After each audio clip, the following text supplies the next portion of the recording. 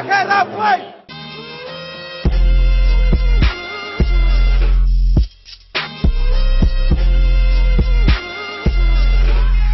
Jojo, Blaž, kako si, kako gre? Pozdravljen, kar dobro, nekoliko zaposlen, ampak redu. Ja, boš biti zaposlen, kot nimati kaj za početi. Če nimaš kaj za početi, pa ti je dolgčas, posledično seveda, mislim, da je to dosti slabše, ampak ja, fino te zopet slišati. Je bil že skrajni čas, da zopet zaženemo naš podcast, glede na to, da se je zopet zagnal tudi šport, Blaž, da?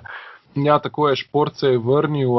Predvsem nogomet se je vrnil, tudi španska liga v košarki recimo se je vrnila, ampak če ostanem pri nogometu, Nemci bodo Bundesligo spravili pod streho, začenjajo se italijanska, španska, angleška liga se je tudi že z nekimi tekmami začela, španska tudi, italijanska z pokali, tako da vsa prvenstva bodo končana do konca julija. Na to bo sledila tudi Liga prvakov, ki bo potekala kot nekakšen mini turnir od 12. do 23. avgusta v Lizboni. Tako da ja, je izjemno zanimivo in upajmo, da bo na koncu tudi, bomo rekli, razmere zdržale, da bodo vse te stvari spravili pod streho in da bomo lahko celo poletje uživali v vrhunskem športu.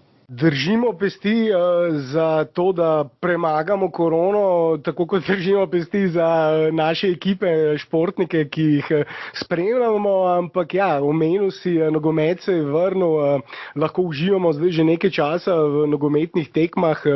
Ni slab nogomet glede na dolg premor, pričakovano nekaj tistih poškodb mišic, kakšnih nategov zaradi seveda dolge pauze brez treninga. Ampak nogomet na razmeroma visokem nivoju, tako če malce naredijo prerez med temi ligami, ki se zdaj že igrajo.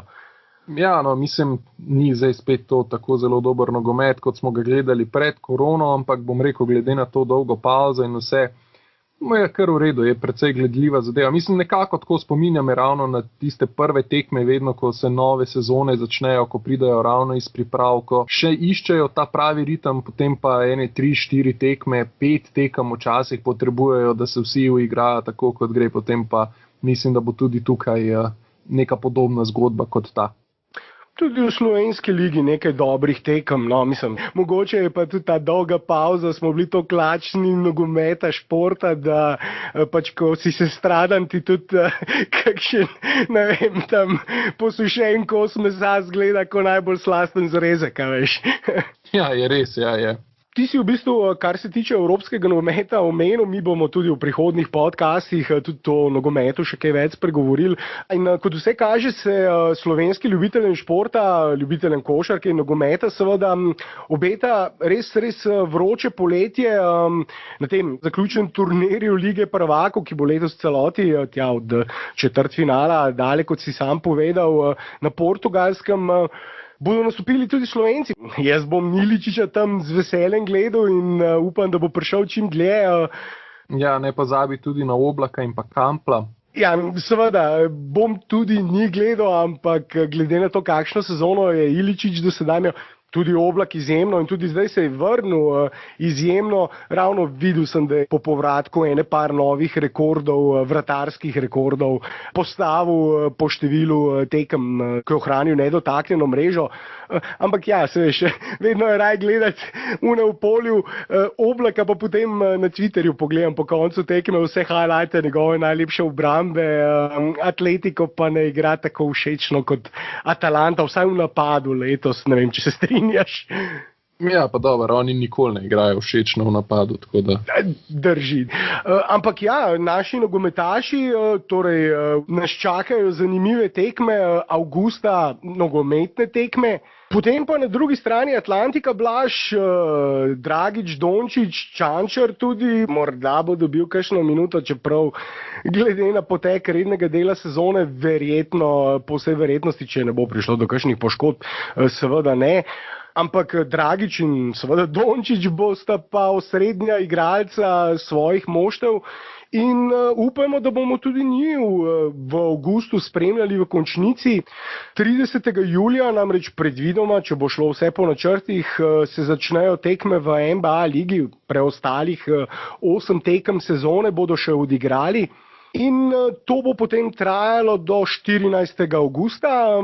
Na to bodo, če bo to potrebno, odigrali še 2 tekmi za tisto zadnje mesto v končnici, ampak vsaj kar se tiče naših, že spet Dragič, Dončić, tudi Čančar, Miami, Dallas in seveda Denver niso v nevarnosti, da bi se morali boriti za končnico. Oni bodo igrali v končnici, ki se pa začne 17. avgusta, torej druga polovica avgusta in bo trajala do konca septembra. 30. septembra se namreč začne finalna serija lige NBA, ki bo trajala pa do 13. oktobra, če bodo igrali tisto 7. tekmo. Tako da ja, Blaž, vroč avgust se nam obeta. Upajmo seveda, da bodo naši prišli čim dlje in tako kot si že omenil, Blaž, pri nogometu, tudi tukaj ne vemo, v kakšnem stanju se bodo ekipe vrnile, v kakšnem stanju se bodo igralci vrnili. Ja, recimo jaz sem opazil na družbenih omrežjih veliko debat okoli Dončićeve kondicije, potem ko so nekoliko izven konteksta vzeli izjavo njegovega kondicijskega trenerja. Ti se je bilo kar zabavno, no? Mislim, je tak hejt v Ameriki, tako upajo, da mu spodleti, tako da to je dobro. Zabavno v navednicah si mislil, da ne bo kdo narobe razumel, bil sarkastičen. Ja, ne, ker namreč Lukovemu kondicijskemu trenerju in verjetno tudi Luki to ni bilo najbolj prijetno, to ni bilo najbolj všeč. Namreč Jure Draxler, ki je tudi kondicijski trener evroligaša Himkija, ruskega velikana, obenem skrbi tudi za pripravo nekaterih slovenskih športnikov, med drugim tudi fizično in kondicijsko pripravo Luke Dončića, in v enem intervjuju za nek ruski portal je pač povedal, da Luka seveda v tem trenutku ni v top game shape. Blaž, ne vem, kako bi to prevedel.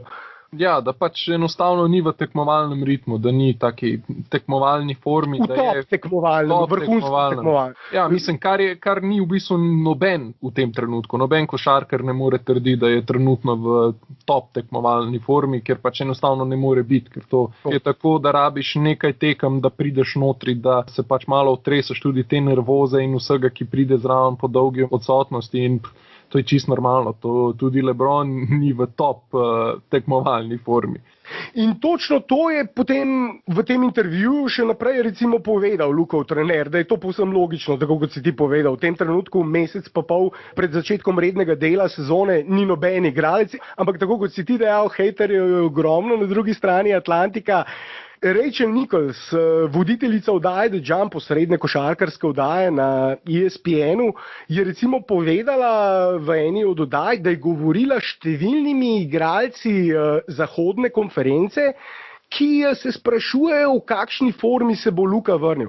To je ona omenila že nekaj tednov nazaj. Ko je pa potem Lukov kondicijski trener Draxler dal ta intervju, so ameriški mediji napačno prevedli tisto he's not in top game shape, so oni prevedli samo kot he's not in shape. To se pa dobesedno prevaja kot ni v formi, je izven kondicije. In potem so vsi največji ameriški mediji, športni mediji, ESPN, Fox, debatirali v oddajah in pisali članke o tem, kako Lukov kondicijski trener pravi, da je Luka pred nadaljevanjem sezone v slabi formi. Mislim, res skrajno nepošteno, ne samo do Luke, ampak tudi do njegovega kondicijskega trenerja, in zato je potem seveda on tudi pojasnil potem v nekaterih ameriških medijih, kar je verjetno malce pomagalo, ampak res je Blaž, hejterjev je ogromno, ki pričakujejo. A veš, mogoče pa Luka ne bo v najboljši formi, mogoče bomo pa to izkoristili, ampak jaz mislim, da je ravno Luki in Porzingisu recimo ta premor, ta pauza predvsej koristila. Oba sta imela težave s poškodbami, Luka je imel poškodovan gleženj, poškodovano zapestje, poškodovan palec, res je imel vrsto takih poškodb, ki bi ga verjetno motile do konca sezone, če ne bi imel zdaj tega premora, in jaz mislim, da bodo morda Mavericksi celo ena od ekip, ki bi znala največ profitirati od te pauze, ampak bomo videli, to je tisto, o čemer bomo še ogromno špekulirali, Blaž, da Ja, in tako kot je šport nazaj, smo tudi mi sedaj nazaj, zato se ne pozabite naročiti na naš YouTube kanal, tegale posnetka ne pozabite všečkati na SoundCloudu, iTunes, kjerkoli pač že poslušate. Če se boste naročili na YouTube kanal, ne pozabite klikniti tistega zvončka, ki vas bo obvestil, ko bo nov podcast zunaj. Potrudili se bomo, da bomo čim bolj redni sedaj, ko je šport nazaj, in upam, da boste ponovno uživali v naših podcastih. Ja, zdaj pa Blaž, če se strinjaš, lahko kar pokličeva še Markota in skupaj obdelamo tisto današnjo glavno temo, ki smo jo pripravili za ta povratek. Namreč do konca bodo sedaj odigrali še 8 tekem, ampak mislim, da, vsaj kar se tiče tistih glavnih nagrad rednega dela sezone, to stvari precej ne more več spremeniti. Kaj misliš, Blaž? Ja, mislim, da res ne, tako da bojo naše nagrade kar relevantne. Zdaj, če recimo nekdo, ki ima zagotovljeno mesto v najboljši postavi NBA lige, katastrofalno odigra teh 8 tekem, pa nekdo, ki mu je recimo blizu, briljantno, recimo dvigne igro za ne samo nivo, ampak 2 nivoja višje, morda bi to lahko malenko spremenilo, ampak sam res, če pride do takih ekstremnih primerov, da zdaj res nekdo je neprepoznaven v primerjavi s prvim delom, glavnim delom sezone, kjer je bilo seveda odigranih 65 tekem, 66, 67 tekem, tako kot Dallas Mavericksi, ki so odigrali največ tekem. Mislim, da če ne pride do takih ekstremov, takih ekstremnih odstopanj, ne bo stvari kaj spremenilo, tako da ja, lahko pokličeva Markota in skupaj začnemo debato. Anada. Ja, deva ga kar poklicati.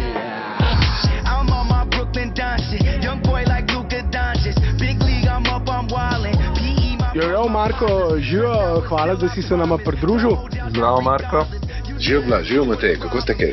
Kar v redu, no, moram reči. Ja, bolj kot kakšen mesec pa pol, 2 meseca nazaj, ko je še vse državi in po svetu pravzaprav stalo, upajmo samo, da ne bo spet kaj zastalo in da ne bo kakšnih problemov, dodatnih problemov. Še 2020 je že tako ali tako poskrbel za več kot dovolj problemov, pa da ne bomo zgubljali časa, imamo ogromno nagrad za obdelati. Pa začnimo kar s tisto glavno nagrado, najbolj pomembno nagrado za najbolj koristnega igralca sezone, MVP-ja. Smo rekli, da bomo šli po abecedi, torej Blaž, tvoj MVP je? Janis. Marko? Nepresenetljivo Janis tudi. Bom pa jaz potem malce presenetil in izbral LeBrona. Ja, sem ti zitek Lakers fan, tako da ne šteje. Jaz Lakers fan ne, nisem Lakers fan, sem LeBron fan, to priznam in priznam tudi, da je moj argument za LeBrona delno sentimentalen, ampak bom podal košarkarski argument. Namreč LeBron je glavni playmaker najboljše ekipe Zahoda in brez njega so Lakersi bolj nemočni kot Bucksi brez Janisa. Če pogledamo recimo on-off statistiko, ki gleda koš razliko, ko igralec v igri in koš razliko, ko igralec sedi na klopi. Torej, kako ekipa igra, ko igralec na parketu in kako igra brez njega. Z LeBronom v igri Lakersi nasprotne ekipe premagujejo za približno 11 točk na 100 napadov, brez LeBrona na parketu pa izgubljajo za 2 točki na 100 napadov. Ko LeBrona torej ni v igri, Lakersi tekme izgubljajo. Če pogledamo to isto statistiko pri Janisu, Bucksi sicer igrajo nekaj slabše brez Janisa, ampak še vedno zmagujejo. Še vedno premagujejo nasprotne ekipe, tudi ko Janis sedi. Budenholzer je eden izmed 3 najboljših trenerjev lige, že 2-krat je bil izbran za najboljšega trenerja lige. Trener, ki zna odlično postaviti obrambo in napad, zna prilagoditi napad svojemu najboljšemu igralcu. Tako kot so že Atlanta Hawksi, tudi sedaj Bucksi pod njim igrajo izjemno. In ja, ko Janis sedi, tudi premagujejo nasprotne ekipe. Na drugi strani, ko gledamo LeBrona z Lakersi v težji konferenci, ko njega ni na parketu, Lakersi izgubljajo tekme. Jaz mislim, da Lakersi brez LeBrona ne bi bili top 5 ali 6 ekipa Zahoda, na drugi strani pa mislim, da bi Bucksi brez Janisa še vedno bili top 5 ali 6 ekipa Vzhoda. Lakersi so povsem povsem odvisni od LeBronovega playmakinga in tudi v tem aspektu precej bolj kot recimo Bucksi od Giannisovega playmakinga. Giannis je soliden podajalec, ampak ni niti blizu LeBronu. LeBronova najboljša kvaliteta je verjetno njegov izjemen pregled, njegov košarkarski IQ, njegov playmaking in seveda tako kot Luka, ki je verjetno v tem boju za MVP-a ravno na lestvici nekje za Giannisom in LeBronom. Skupaj nekje s Hardenom se borite za tisto tretje mesto, ampak tako kot so Mavericksi povsem odvisni od Lukovega playmakinga in je Luka letos zaslužen za to, da imajo Mavericksi najboljši, najbolj učinkovit napad v zgodovini NBA lige. Na 100 napadov dosegajo približno 116 točk, za primerjavo, predtem so najboljši napad lige imeli lanski Golden State Warriors z Durantom, Stephom Curryjem, Clayom Thompsonom, samimi superzvezdniki. Oni so dosegali 115 točk na 100 napadov, letos pa Mavericksi, kot sem dejal, skoraj 116 točk na 100 napadov in zato je zame Luka tretji na tej lestvici in če bi bili Mavericksi malce više na lestvici zahodne konference, bi pa jaz tudi dal precej močnejši argument za to, da bi si Luka zaslužil to nagrado najbolj koristnega igralca sezone. Ker je pač njegova ekipa povsem odvisna od njegovega playmakinga in to velja tudi za Lakerse, ki so pa prva ekipa zahoda in številke po mojem mnenju govorijo same zase, tiste sentimentalne argumente sem pa rekel, da bom pustil na strani. Verjetno se ne strinjata. Mislim, moj glavni argument za Giannisa je v bistvu ta, da je to eden izmed tistih redkih igralcev, ki je sposoben dati 30 točk na tekmo in na drugi strani v obrambi ustaviti najboljšega igralca nasprotne ekipe in jaz sem pač vedno bil velik fan teh two-way playerjev in Giannis je dejansko, lahko argumentiramo, top 5 igralec tako v napadu kot tudi v obrambi v celotni ligi in pač zaradi mene je on MVP. Preprosto. Mislim, ne da se ne strinjam s tabo glede LeBrona in vsega tega, ampak to pri meni malo odtehta. Napram LeBron sta pa daleč pred vsemi ostalimi tudi na moji lestvici, če smo čisto iskreni. No. Zdaj, Matej, tvoj argument sem slišal že dostikrat tudi pri prejšnjih MVP-jih in se mi zdi, kot da v takšnih primerih kaznuješ igralca, ki igra v boljši ekipi. On ni kriv, da ima LeBron slabšo ekipo od njega. On še vedno daje vse od sebe. Konec koncev tudi Curry je zmagal MVP takrat, ko je presedel vse zadnje četrtine in imel najboljšo ekipo v ligi, pa je vseeno zmagal MVP, ker je bil tako zelo dominanten. Tako da, ne vem, ta argument vse je v redu, ampak jaz mislim, da zaradi tega argumenta ne moreš dati MVP LeBronu, niti slučajno. LeBron je odličen igralec, če bi hotel, bi lahko zmagal MVP čisto vsako sezono. Res je, da Giannis igra v vzhodni konferenci, ima pa tudi zato več zmag kot LeBron. Tako da, če bi igral na zahodu, bi po moje bila tam izenačena. Torej ekipi, ne igralca. Ne?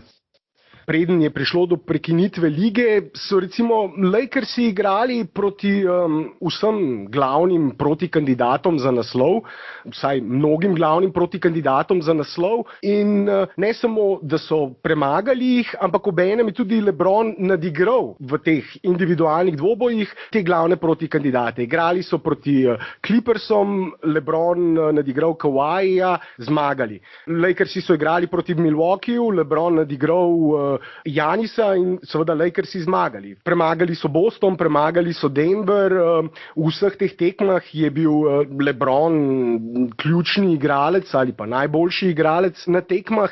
Mislim, da tudi to na nek način, saj pri meni nekako pretehta, ampak vse sem že na samem začetku rekel, da tudi te sentimentalni, ne vem, če tako rečem, vzroki tukaj igrajo določeno vlogo. Vemo, ta sezona je bila zaznamovana ne samo s to prekinitvijo, ampak s tragično smrtjo Kobija in LeBron je tudi to na nek način prebrodil tako, kot bi moral oziroma tako, kot pričakujemo, da bi vodja ekipe, za katero je Kobe igral.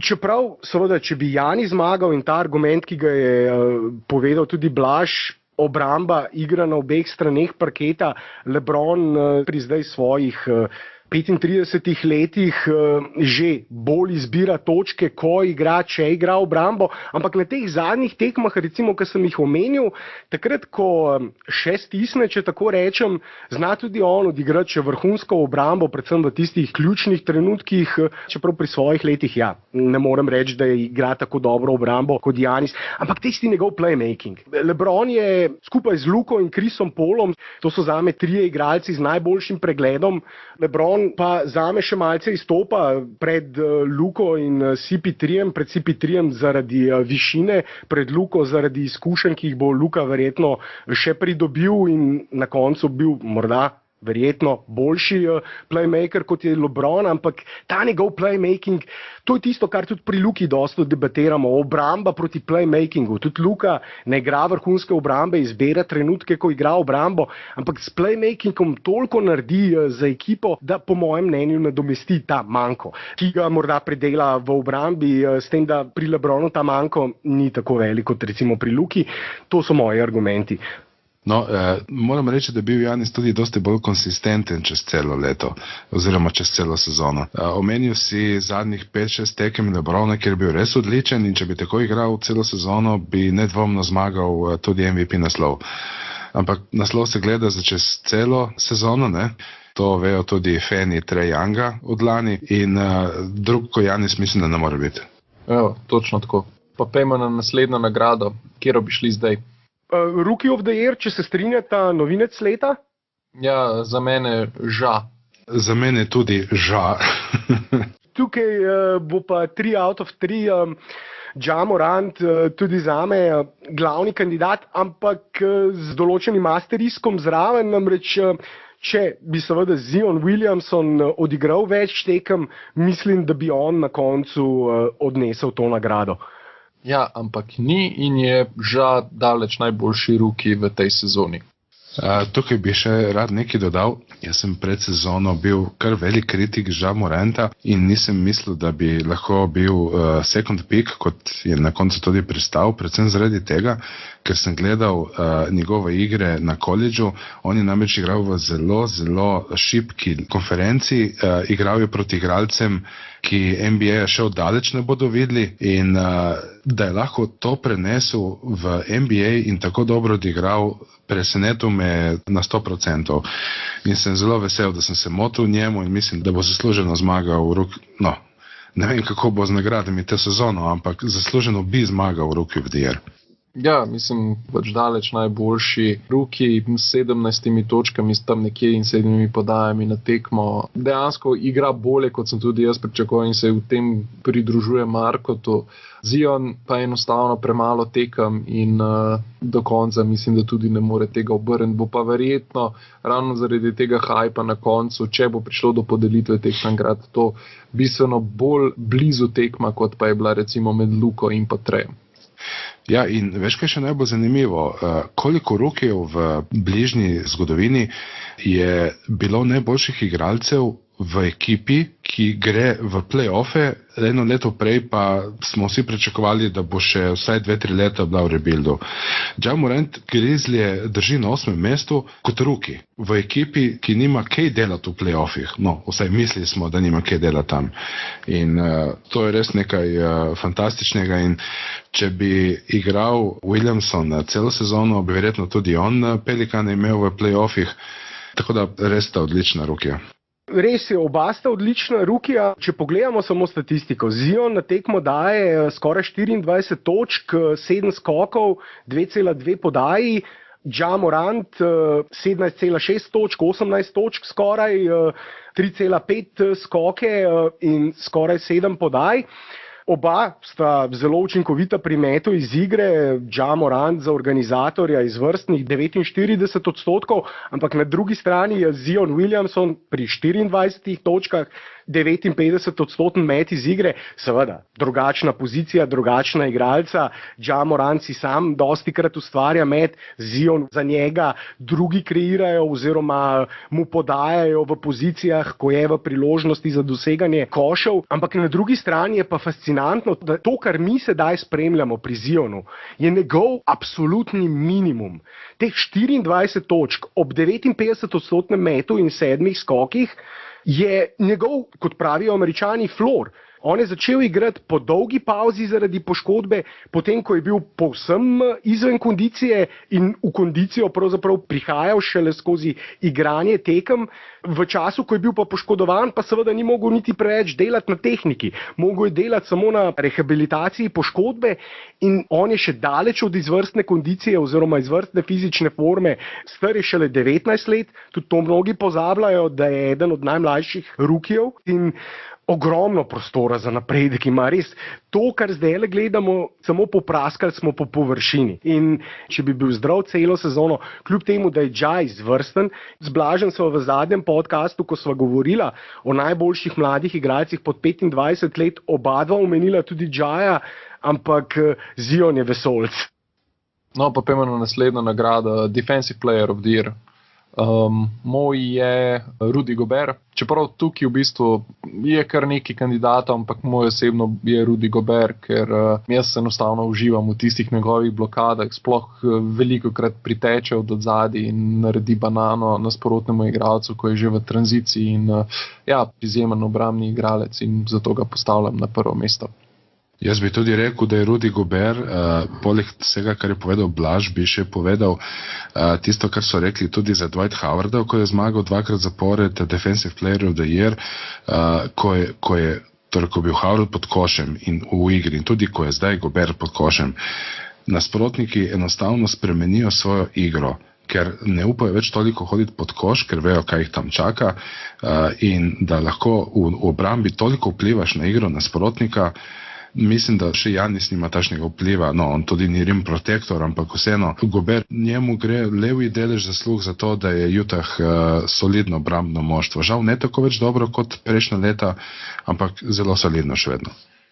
Ja, mislim, da je še vedno Rudy Gobert tisti ključni igralec Utahe, medtem ko Anthony Davis je izjemno pomemben za obrambo Lakersov. In en podatek, ki sem ga zasledil in zaradi katerega sem resno razmišljal, da bi njega dal za najboljšega obrambnega igralca to sezono, je to, da igralci iz igre mečajo samo 38,5%, ko jih pokriva Anthony Davis.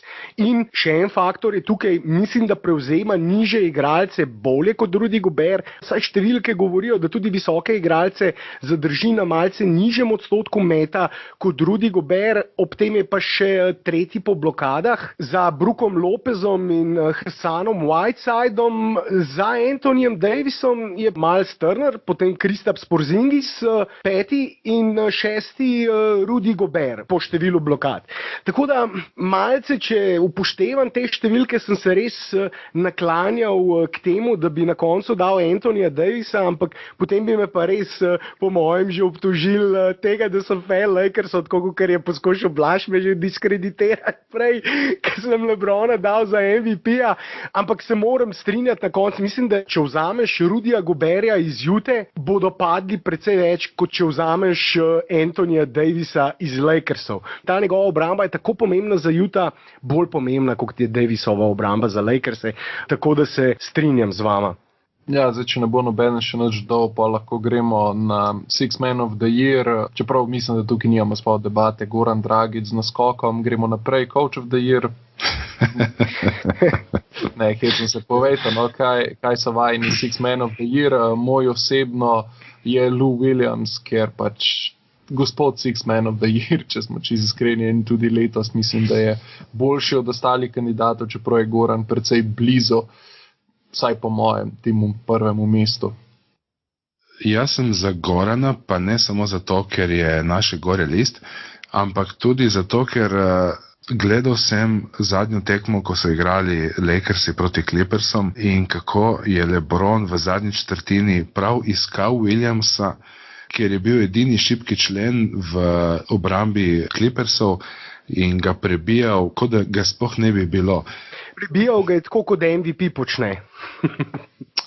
Ja, ok, dobro, ampak verjetno ga tudi kakšen drug prebija, ko ni MVP kandidat top 3. Ne vem, ampak MVP je tisto tekmo proti Clippersom odločil, bil najboljši igralec in tole si dobro opazil. Še en argument, moj koš.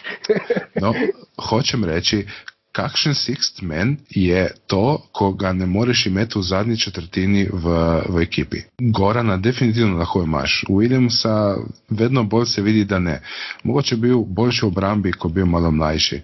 No, se tudi zdaj ni prav preveč star, ampak se malo vidijo leta tudi pri njemu v obrambi. Pri Goranu pa ne. Mislim, da sta skoraj enako stara. Ja, jaz bi se tukaj v bistvu strinjal s tabo. Lou Williams in Goran Dragić igrata podobno zdaj med temi glavnimi kandidati za najboljšega šestega igralca je verjetno še Dennis Schröder in pa Montrezl Harrell. Ampak če gledam te glavne kandidate, ki sem jih omenil, Clippersi imajo izjemno klop, preprosto izjemno globoka ekipa so, zdaj so jo v zadnjih tradih še poglobili, res so morda celo najglobja ekipa v ligi. In tudi to je nek določen faktor, medtem ko Goran in tudi Schröder, bi jaz to sezono dal tudi Schröderja pred Louja Williamsa, sta pomembnejša recimo za svojo ekipo in uspeh svojih ekip. Gorana bi dal pa predvsem zaradi tega, ker je on pred začetkom sezone seveda sprejel to povsem novo vlogo in v tej vlogi zacvetel. Če primerjamo njegovo statistiko na 100 napadov z njegovo statistiko v njegovi All-Star sezoni, izničimo ta faktor časa, vidimo, da igra bolje kot v svoji All-Star sezoni, le da igra nekaj minut manj. In tudi, če postavimo njegovo statistiko že spet na 100 napadov napram Schröderju ali Louju Williamsu, z Loujem Williamsom imata praktično isto točk, s tem, da ima Goran boljši met iz igre, malce boljši met za 3, isto podajo v osnovi, no sej v bistvu sta tudi podobna pri skokih, govorimo o 0,5 razlike pri skokih, boljši Goran in 0,3 podaje ima Lou Williams več že spet na 100 napadov, tako da gre za res minimalne razlike, s tem, da ima Goran ob teh 0,3 podaje tudi manj izgubljenih žog in je bolj zanesljiv playmaker, manj žog izgubi kot Lou Williams. Pri Oklahomi mislim, da je izjemno pomemben faktor Chris Paul tudi. In mislim, da bi Oklahoma lahko tudi brez Dennisa Schröderja s tako igro Chrisa Paula, kot jo je letos kazal in na tak način, kot je povezal ekipo, še vedno bila v play-offu. Na drugi strani pa brez Gorana Dragića, in to smo tudi videli na številnih tekmah letos, Miamijeva klop preprosto zgubi rep in glavo. Ne samo njihova klop, Goran je tudi zaključeval večino tekem. To je tudi en faktor, ki je zelo pomemben. Dennis Schröder recimo ne zaključuje tekem, večino tekem v Oklahomi, medtem ko Goran zaključuje skoraj vsako tekmo, mislim ne skoraj. Zaključuje tekme, on je tisti, ki sicer ne začenja, ampak na koncu je vedno v igri. Pravzaprav on v zadnjih četrtinah, vsaj na zadnjih tekmah pred prekinitvijo sezone, sploh ni zapuščal parketa. Zadnje tedne je igral celotne zadnje četrtine in ker seveda ne začenja tekme po prihodu iz slačilnice, pride na parket tam nekje sredi tretje četrtine, je on zadnje tedne igral praktično redno zadnjih 16-17 minut tekme brez premora, brez počitka in to je tudi postala neka težava na koncu. Se je videlo, da sem upoznal utrujenost, ampak Spoelstra preprosto ne najde momenta, da bi Gorana v zadnjih četrtinah potegnil iz igre in mislim, da to najbolje kaže, kako pomemben je. Zdaj pa, če se strinjata, da ne bomo predolgi, sicer sem jaz vedno ponovadi kriv za to, da smo predolgi, ampak lahko gremo kar na našo naslednjo nagrado za Most Improved Playerja, tistega igralca, ki je najbolj napredoval v tej sezoni, nagrado, ki jo je v preteklosti tudi že osvojil Goran, letos pa je mogoče med kandidati tudi Luka. Ne vem, če je sicer med vajnimi kandidati. Blaž, pa bom tebe najprej vprašal, kdo je tvoj Most Improved Player? Moj kandidat za Most Improved? Kle sem imel v bistvu kar mal težave.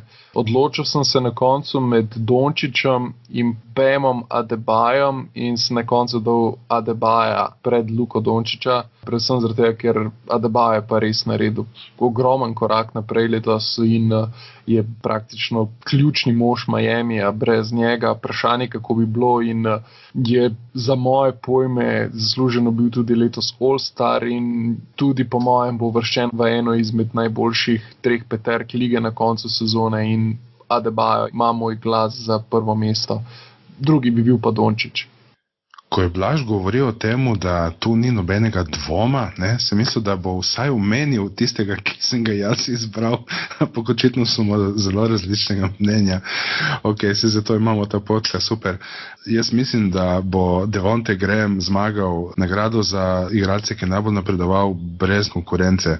On je letos edina sveta točka v Charlotteu, žal Terry Rozier ni bil tista adekvatna zamenjava za Walkerja in izgledalo je, da je sezona splavala po vodi, ampak navijači Charlotta se lahko tolažijo vsaj s tem, da je Devonte Graham, ki je letos komaj drugo leto v NBA-ju, sicer je star že 24 let, napredoval iz le 3 štartov v prvi peterki lani na 53, iz 4,7 točke je šel na 18,2, iz 2,6 asista na 7,5, seveda igra tudi več minut, ampak noben je pričakoval, da bo kot rezerva ves čas v celi sezoni tako napredoval, ko bo stopil v prvo peterko. Predvsej natančen je tudi za 37%, mislim, igra res kot, ne bom jih rekel All-Star, ampak na meji. S takšno statistiko je konec koncev tudi Goran prišel v All-Star takrat, ko je igral za Miami. Z eno veliko razliko, ključno razliko, takrat, ko je Goran bil All-Star, v tistem trenutku, ko so žrebali na polovici sezone, je bil, mislim, da Miami druga ekipa vzhoda, Charlotte Hornets imajo trenutno 23 zmag in 42 porazov. Zaradi tega jaz mislim, da težko pri vseh teh nagradah. Ja, tam. Ravno obratna slika je bila, recimo, takrat, ko je Goran postal All-Star, zmage štejejo, no? Zmage štejejo in jaz mislim, da tudi pri teh individualnih nagradah, recimo pri vseh nagradah, ki smo jih zdaj omenili, so bile to ekipe, ki so v play-offu, so bile to ekipe, ki niso samo v play-offu, ampak so tudi visoko. Charlotte Hornets niso niti blizu, niti teoretičnih možnosti nimajo, v bistvu bliže so oni najslabši ekipi lige, kot pa recimo 8. mestu za play-off. Precej bliže. Tako da igra za eno od najslabših ekip lige in vedno v slabih ekipah nekdo more dajati točke. In tudi v najslabši ekipi nekdo daje 20 točk. In 20 točk ali pa 25 točk v najslabši ekipi lige ni isto, kot recimo 25 točk v eni od najboljših 4 ali pa najboljših 8, najboljših 10 ekip lige. Jaz sem razmišljal, ko sem razmišljal o najboljšem 6, razmišljal o 3 igralcih. O Ingramu, o Treju Youngu in o Luki Dončiću. Za zmagovalca te nagrade sem pa izbral tistega, ki je imel v vseh kategorijah skupno največji statistični preskok in obenem ekipa njegova je naredila največji preskok v primerjavi z lansko sezono in to je seveda Luka. Jaz bom presenečen, če on ne bo dobil te nagrade, preprosto zaradi statističnega preskoka, individualne statistike na eni strani in števila zmag na drugi strani. Treja zaradi ravno tega faktorja, seveda zmag ekipe, njegova statistika nima povsem nobenega vpliva na zmago njegove ekipe. Brez njega na tekmah, ko je manjkal, imajo celo kanček boljši, sicer gre za zelo majhen vzorec, to je treba povedati, ampak kanček boljši, višji odstotek zmag kot z njim. Ingram je prav tako letos individualno naredil res lep statistični preskok, zdaj zmage zaradi trejda, lani je igral v Lakersih, letos v Pelikanih.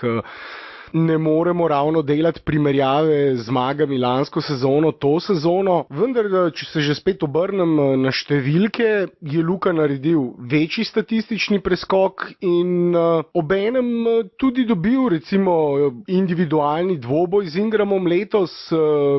Proti Pelikanom je odlično igral in na eni od zadnjih tekem pred prekinitvijo sezone so verjetno tudi Pelikani zapravili možnosti za play-off. Bomo videli, kako bo zdaj na teh preostalih 8 tekmah in morda pri tej nagradi, ko smo govorili o tistem, koliko lahko teh zadnjih 8 tekem še morda vpliva na kakšne spremembe pri teh nagradah, morda je ravno ta nagrada za tega igralca, ki je najbolj napredoval, ena od teh, kjer lahko teh zadnjih 8 tekem pusti res velik vtis, ampak tukaj seveda zdaj že spet Devonte Graham izpade in ostaneta potem samo še Luka in Ingram in pa Bam Adebayo, ki ga je Blaž omenil in ki ima odlično sezono, nikaj, ampak če gledamo zdaj že spet samo te konkretne številke, kakšen preskok v točkah, skokih, podajah, odstotku meta, zmagah moštva je naredil Luka.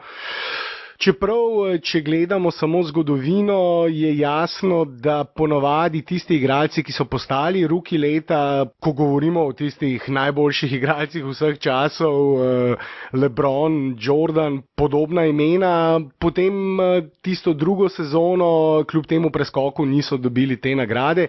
Tako da jaz mislim, da si jo zasluži Luka, ampak bi jo na žalost znal dobiti Ingram. Lokal patriot torej. Niti ne lokal patriot, mislim, da so argumenti tukaj kar močni za Luko. Ja, lokal patriot. Dobro, gremo potem na naslednjo, še na ta zadnjo individualno nagrado Coach of the Year. Moje osebno mnenje je, da se nisem mogel lih odločiti, ampak zdaj, ker moram nekoga lih izbrati, mi je zbral od Toronta trenerja Nicka Nursa. Jaz osebno nisem pričakoval, da bo Toronto, kjer je, odlično vodi ekipo. Moj drugi kandidat je bil Erik Spoelstra, ampak se mi zdi, da je vse Nurse naredil podobno, če ne celo boljše delo od Spoelstre. Predvsem potem, ko je v bistvu Toronto zapustil Kawhi Leonard, ko so imeli nekaj manjših rošat in tudi imeli so težave s poškodbami in so še vedno v bistvu ena najboljših ekip na vzhodu, kot tudi v ligi in še vedno nevarni in lahko premaga vsak kogarkoli, tako da Nick Nurse. Jaz se ne strinjam z Blažem samo temu, da je to bila malo težja odločitev. Jaz mislim, da razen Nick Nursa, kdo pa bi lahko bil boljši trener od njega. Ne pozabimo, da je imel Toronto ogromno poškodb čez celo sezono. Ne malo poškodb, pa ne poškodbe recimo igralcem, ki so na klopi. Ampak Fred VanVleet je bil kar nekaj časa poškodovan. Lauri tudi nekaj malega. Siakam ni igral vsako tekmo. In Nick Nurse izvleče iz igralcev, ki so drugje bili pogubljeni, tašne številke, ko se vprašaš, pa kje je ta igralec bil preden je prišel v Toronto, zakaj ni tako igral že kje drugje. Tle predvsem govorimo seveda o Chris Bookerju in Randy Hollis Jeffersonu. Vseh teh igralcev je sestavil Nick Nurse tašen mozaik, ko si noben niti predstavljati ni mogel, da bo to lahko naredil, tudi če bi imel celo sezono zdravo ekipo. Zame Nick Nurse je daleč najboljši trener to sezono, pa ne da bi ki hotel vzeti Spoelstri ali Brad Stevensu ali komu tretjemu, konec koncev tudi Frank Voglu, ki je preporodil obrambo Lakersov, ampak Nick Nurse je že v play-offu lani pokazal, kakšen trener je in zdaj samo še nadaljuje to sezono. Ja, tukaj bomo pa soglasni, tudi jaz se strinjam z obema. Nick Nurse si zasluži naziv trenerja leta. Oba sta tudi izpostavila tisti najbolj pomemben faktor tukaj, namreč vse poškodbe Toronto Raptorsov in kljub vsem tem poškodbam so še vedno druga ekipa vzhoda in bodo verjetno tudi po teh dodatnih 8 tekmah imajo, mislim, da dovolj prednosti, da bodo to tudi zadržali. In ja, kljub izgubi Kawhija Leonarda lansko poletje in kljub vsem tem težavam s poškodbami, Marko, ti, ki si omenjal vse poškodovane igralce, tudi Marc Gasol je bil poškodovan, mislim, da več kot 2 meseca ni igral. Tako da ja, poškodb so res imeli celo vrsto in edino moštvo, ki je tekme začenjalo z večjim številom različnih prvih peterk, so pravzaprav Dallas Mavericksi. Kar pa tudi verjetno nekaj pove o Carlislu kot trenerju in pa seveda tudi o Luki Dončiću kot glavnemu motorju te ekipe, ki je kljub vsem tem težavam s poškodbami zadržala tako učinkovit napad, najbolj učinkovit napad lige, o tem smo pa že govorili. Zato ja, Nick Nurse in če ne bi tukaj še kaj dodala? Ne, gremo kar naprej. Potem pa lahko obdelamo še najboljše peterke lige, torej najboljših 15 igralcev lige na njihovih pozicijah. Verjetno je to za MVP-jem najbolj prestižna nagrada, tista nagrada, ki si jo želi, namreč uvrstitev v prvo peterko lige, All-NBA First Team, si jo verjetno želi največ igralcev. Potrebno je povedati tudi, da je to recimo nagrada, ki je precej težje osvojljiva kot recimo uvrstitev v All-Star postavo. Nazoren primer tega je Chris Bosh, ki je bil 12krat All-Star, samo enkrat All-NBA, torej eden od 15 najboljših igralcev lige. Podobnih primerov je pa še ogromno, zato lahko kar začnemo z prvo peterko, najboljšimi 5 igralci lige. Tukaj je potrebno tudi dodati, da se je potrebno držati pozicij, torej enega centra, 2 krili in 2 branilca moramo dati. Torej center, 2 forwards and 2 guards. Pa te bom kar vprašal, Blaž, koga imaš ti v prvi peterki, kdo je tvoj All-NBA first team? James Harden, Luka Doncic, Giannis Antetokounmpo, LeBron James in pa Anthony Davis. Da se ne ponavljam, bom rekel enako kot Blaž. Ja, za 4 se strinjam brez oklevanja in tudi brez kakršnih koli pomislekov. Luka in Harden na obeh branilskih položajih in potem LeBron in Giannis na 3 in 4. Pri petki sem imel manjšo dilemo Davis ali Jokić. Jokić je sezono izjemno zaključil, Denver se je prebil do tistega 3. mesta na zahodu, igral izjemno v tednih pred prekinitvijo sezone, Denver in Jokić, vendar je bil Davis dosti bolj konsistenten in konstanten skozi celotno sezono. Jokić je po svetovnem prvenstvu in igri za reprezentanco v Denver prišel povsem izven forme, celo zredil se za nekaj kilogramov, kar mi nekako ne gre v račun, kako za vraga se lahko zredi med igranjem za reprezentanco, ampak to so že drugi problemi oziroma vprašanja, s katerimi se bodo mogli bolj ubadati v srbski reprezentanci, ampak zdaj je Jokić v izjemni formi. Ne samo, da je prišel v izjemno formo skozi igro, v sezoni, zdaj med to pandemijo koronavirusa je človek izgubil, 15-20 kil, res ne vem. Tiste fotke, ki smo jih vsi videli, so bile res, praktično je bil neprepoznaven. Ogromno teže je izgubil. Bomo videli, kako bo zdaj igral, ker taka izguba mase verjetno pomeni tudi določene spremembe v igri, ampak že spet to so zdaj druga vprašanja. Da ne bom predolg, Davis je bil najboljši center letošnje sezone, še posebej, če seveda gledamo skupno igro v napadu in obrambi. On je skupaj z LeBronom glavni razlog za to, da so Lakersi najboljša ekipa zahodne konference. Tako da tukaj se vsi trije strinjamo in mogoče gremo lahko zato kar na drugo peterko.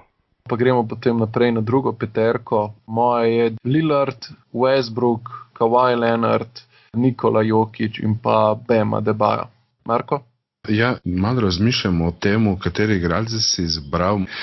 Jaz sem v drugo NBA peterko uvrstil Jokića, mislim, da si zasluži drugo, da ne more biti tu tretji.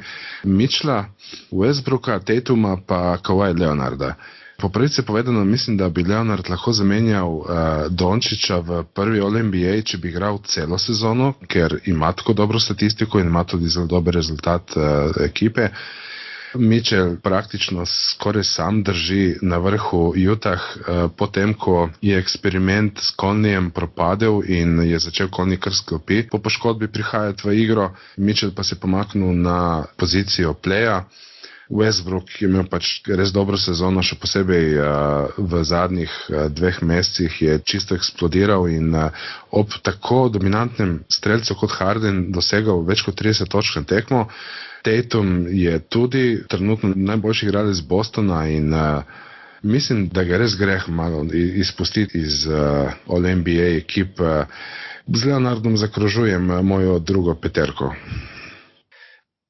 Ja, se pravi, ti Blaž si rekel Lillard, Westbrook, Kawhi, Bam in Jokić, Marko ti pa Mitchell, Westbrook, Kawhi, Tatum in Jokić.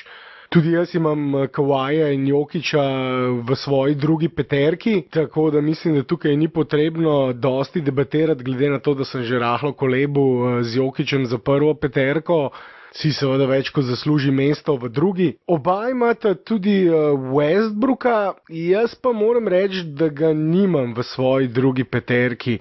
Imam Lillarda, tako kot Blaž, poleg Lillarda imam pa še Chrisa Paula. Zakaj zdaj Chrisa Paula, ne Westbrooka, ki ima znatno boljšo statistiko? Predvsem zaradi tega, ker je Chris Paul tisti glavni razlog, da Oklahoma letos igra tako presenetljivo dobro.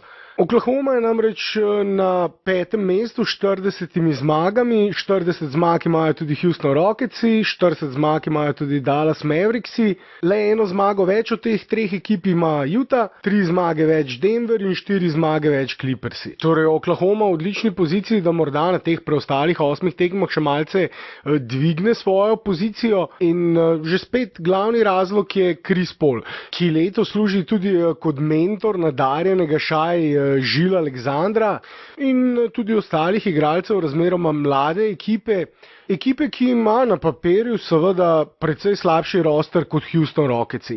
In zdaj Westbrook, ki sta ga vidva oba dva dala, a si Rocketsi z 40 zmagami, istim številom zmag kot Dallas in Oklahoma, zaslužijo 2 igralca med prvih 10 igralcev lige, enega v prvi, enega v drugi peterki. Jaz mislim, da ekipa, ki ima 2 nesporno top 10 igralca te sezone, bi morala imeti kakšno zmago več.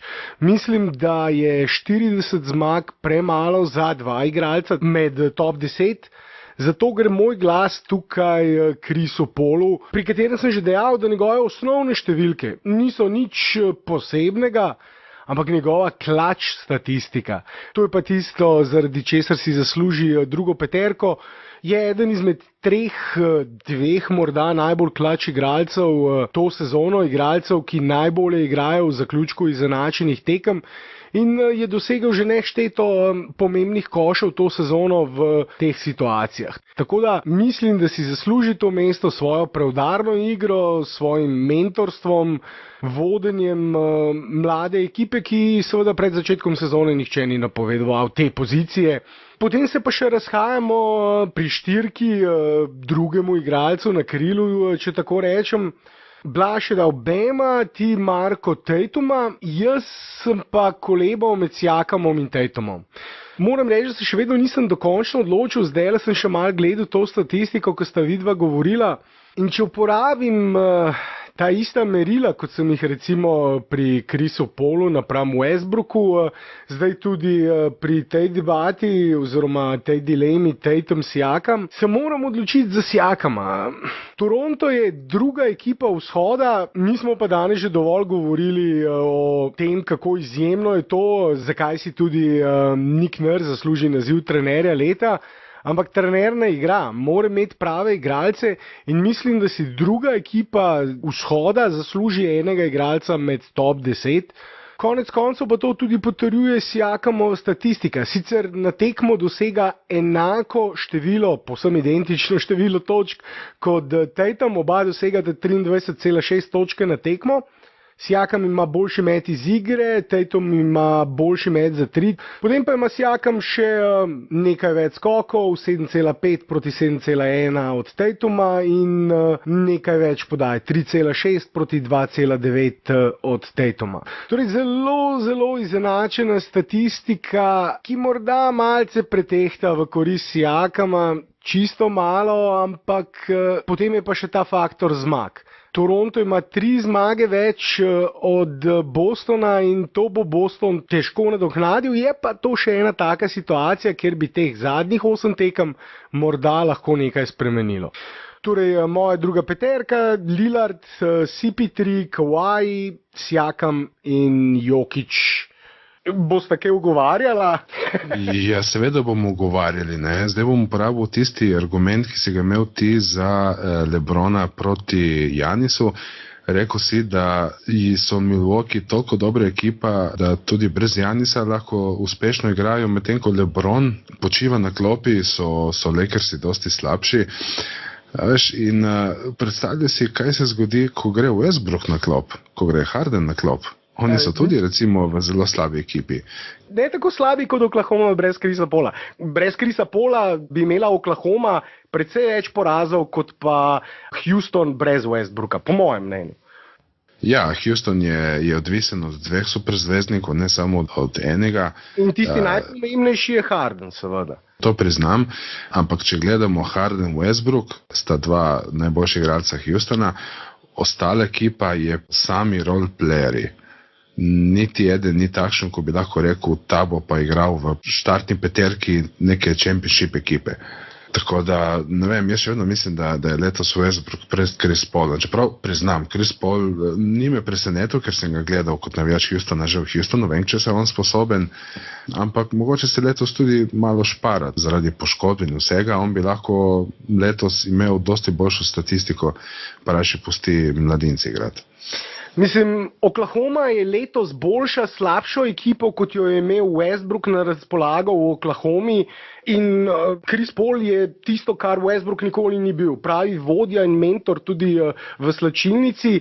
Zaradi tega preprosto, mislim, če mi zdaj vprašaš Chris Paul ali Westbrook, pa se borim za naslov, Chris Paul pred Westbrookom. Zame je absolutno, in mislim, da to kaže tudi njuna zgodovina iger v playoffih konec koncev, čeprav tudi Chris Paul se ni najbolj proslavil tukaj oziroma mu je zmanjkalo, ampak bomo videli, če bo Westbrook, tako kot je bil Chris Paul v Rocketsih, glavni razlog za to, da jim je zmanjkala ne mogoče ena tekma, ampak en koš do velikega finala. Ne vem, če bo Westbrook podobno glavni razlog za to, da jim zmanjka en koš do velikega finala, oziroma da jih lahko popelje tja, ampak bomo videli na koncu, tukaj se ne strinjava. To je res, Matej, ampak prva stvar, odločamo o redni sezoni, play-offi tle nimam čisto mega vpliva, vem, da ti play-offe zelo rado pletaš in pri MVP-ju in pri All-NBA-ju, ampak žal play-offi nimajo nobenega aspekta tle. In druga stvar, Westbrook je en izmed motorjev Houstona, ki igra podobno vlogo kot recimo Giannis v Milwaukeeju. Tradali so centra samo zaradi njega, da ima več prostora, in odkar je Capela šel v Atlanto, je Westbrook popolnoma zacvetel in prvič v svoji karieri bil v takšni ekipi s toliko prostora. Tako da, ne vem, če bi se sezona nadaljevala in odigrali preostale tekme, mislim, da bi se videlo, koliko Westbrook pomeni Houstonu. Pa ne me narobe razumeti, jaz sem bil Westbrook hater celo svoje življenje, pa zdaj, ko ga gledam, pač ga sprejmeš, ne? Ja, ampak zaradi tega, ker si rekel, da šteje samo redni del sezone, Oklahoma je više od Houstona. Oklahoma v tem trenutku je pred Houstonom vsaj že spet pred sezono slabšo ekipo, glavni razlog je pa Chris Paul, in ker so v rednem delu sezone boljši, ne more biti drugi najboljši igralec ekipe, ki je slabša, pred recimo najboljšim igralcem boljše ekipe. Vsaj po mojem mnenju, ampak dobro, tukaj ne bo verjetno skupaj prišla, pa pojmo za to, če se strinjate kar na tretjo peterko. Lahko. Jaz imam Chrisa Paula, Kemba Walkerja, Jimmyja Butlerja, Pascala Siakama pa Rudyja Gobertja. Ja, jaz imam pa v tretji ekipi Lillarda, Kemba Walkerja, Middletona, Siakama in Bam Adebayo. Ne vem, če si opazil, ampak nisem nikamor uvrstil Gobera, ker kljub temu, da je res odličen obrambni igralec, mislim, da v napadu ne da dovolj, da bi ga lahko dal pred Davisa, Jokića ali pa Adebayo. Marko, tudi jaz nimam Goberja v nobeni od treh idealnih peterk. Je najboljši obrambni igralec lige, tukaj smo se strinjali. Ampak so centri, če gledamo seveda obe strani parketa, za katere mislim, da naredijo več, in eden od teh, ki ga pa vidva nista imela v nobeni od idealnih peterk, Embiid namreč. Skoraj 24 točk, skoraj 12 skokov, 3 podaje, blokada pa polna tekmo. Eden izmed teh centrov, ki je lahko potencialno najboljši napadalni center in najboljši obrambni center lige obenem. Letos to ni bil, zato tudi ni v prvi peterki ali v drugi. Je pa še vedno najboljši igralec Filadelfije, ki igra z organizatorjem, ki ima eno veliko napako. Vsi vemo, katera je napaka Bena Simonsa. Ne meče za 3, ne meče iz razdalje, in je pravzaprav zato on pogosto tisti, ki mora metati iz razdalje namesto Simonsa, je pa seveda dosti bolj učinkovit in pogosto tudi nezaustavljiv bliže koša. In če bi igral s kakšnim organizatorjem, ki bi mu omogočal več prostora pod obročem, mislim, da bi bil tudi precej boljši, ampak je še vedno dovolj dober, da si po mojem mnenju zasluži mesto v tretji peterki lige. Na 3 in 4 Butler in Tatum, Boston si tudi zasluži enega igralca v eni od idealnih peterk. In Tatum je letos morda ne skozi celotno sezono, ampak predvsem proti koncu sezone v zadnjih 2-3 mesecih pokazal, da je lahko prva opcija v ekipi, ki se bori recimo za eno od prvih 3-4 mest v konferenci. In kot tak igralec si tudi zasluži mesto v eni od idealnih peterk. In mislim, da je on tudi za Luko drugi najboljši mladi igralec lige. Recimo, če gledamo igralce pod 25-24 let, tisti igralec, ki je lahko morda nekoč tudi prva opcija v ekipi, ki se bori ne samo za eno od prvih 3-4 mest, ampak ki se bori za nastop v finalu. Butler po prestopu v Miami je pokazal, zakaj je tako cenjen. Ne gre se samo za njegovo obrambo, ne gre se samo za njegovo, če tako rečem, celovito igro v napadu, lahko igra brez žoge žogo. Je pa tudi odličen vodja v slačilnici. Blaž je 2 igralca Miamija dal v svoje idealne peterke. Jaz mislim, da imajo enega igralca v idealni peterki in najboljšega 6. igralca Gorana. Mislim, da je v prvi peterki Butler bolj pomemben kot Bam, v drugi peterki je pa bolj pomemben Goran. Bam je odličen center in mislim, da ga bom že naslednje leto imel v eni od idealnih peterk in ima potencial, da nekoč postane celo najboljši center lige. Center, ki ustreza modernim standardom igre, če tako rečem. Ampak mislim, da si v postavi Miami nagrado bolj zasluži Butler, čeprav seveda tudi Bam ni slaba izbira. Potem pa še oba branilska položaja, vidva sta ga že imela, jaz ga imam pa v tretji peterki, Westbrook. Če sem prej govoril, da nisem prepričan, da si Houston Rocketsi glede na pozicijo na lestvici zaslužijo 2 igralca med najboljših 10, pa mislim, da si zaslužijo 2 med najboljših 15.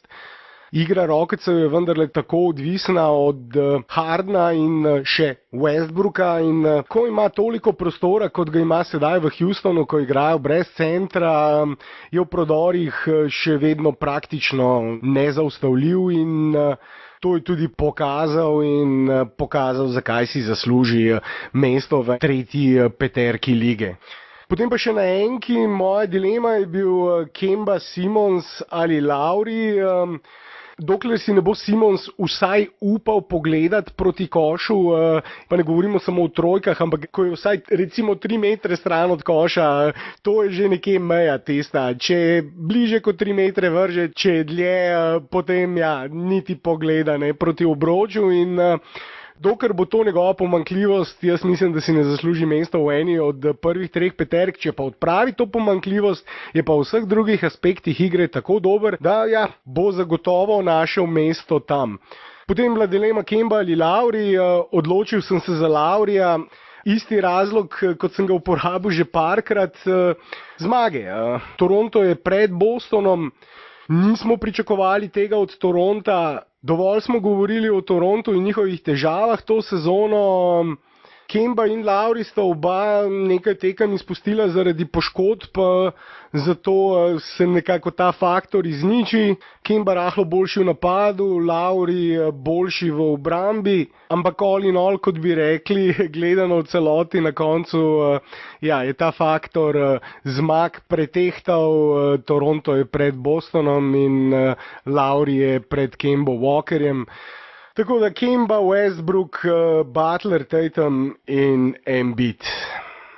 Zdaj pa, ker vem, da vaju že zmanjkuje in se nam je to snemanje po tisti dolgi debati, ki jo imamo vedno pred snemanjem in zdaj že nekaj časa nismo imeli namreč ene take hardcore košarkarske debate, se nam je zdaj tole kar zavleklo v pozne, lahko rečem že zgodnje jutranje ure in oba dva se morata že zgodaj zjutraj zbuditi, zato kljub temu, da vem, da bi lahko še debatirali in bomo v naslednjih podcastih tudi nadaljevali še te debate, imeli še debate na to temo. To je bilo samo zdaj tako po tem dolgem premoru zaradi pandemije in sedaj bomo precej bolj redni, kot je že Blaž povedal na začetku, zato seveda nam pomagajte z všečki in naročninami na naš YouTube kanal. Vama se pa res lepo zahvaljujem. Ja, veš, da meni je vedno užitek biti na podcastu. Moram reči, da ga zdaj že nekaj časa nismo snemali in upam, da se še kaj vidimo oziroma slišimo pred nadaljevanjem te sezone. Seveda, podcasti bodo od sedaj redni, zato se kmalu zopet slišimo. Blaž, tebi bom pa rekel samo en lep lahko noč. Ja, sej že skoraj spim na pol, tako da. Ja, opažamo, ampak bili smo res podrobni in... Res sta bila podrobna, ja. Ja. Dejno gremo že enkrat. Zato lahko noč obema in se kmalu zopet slišimo, Anada. Ja, Lahko adios. noč. Čau.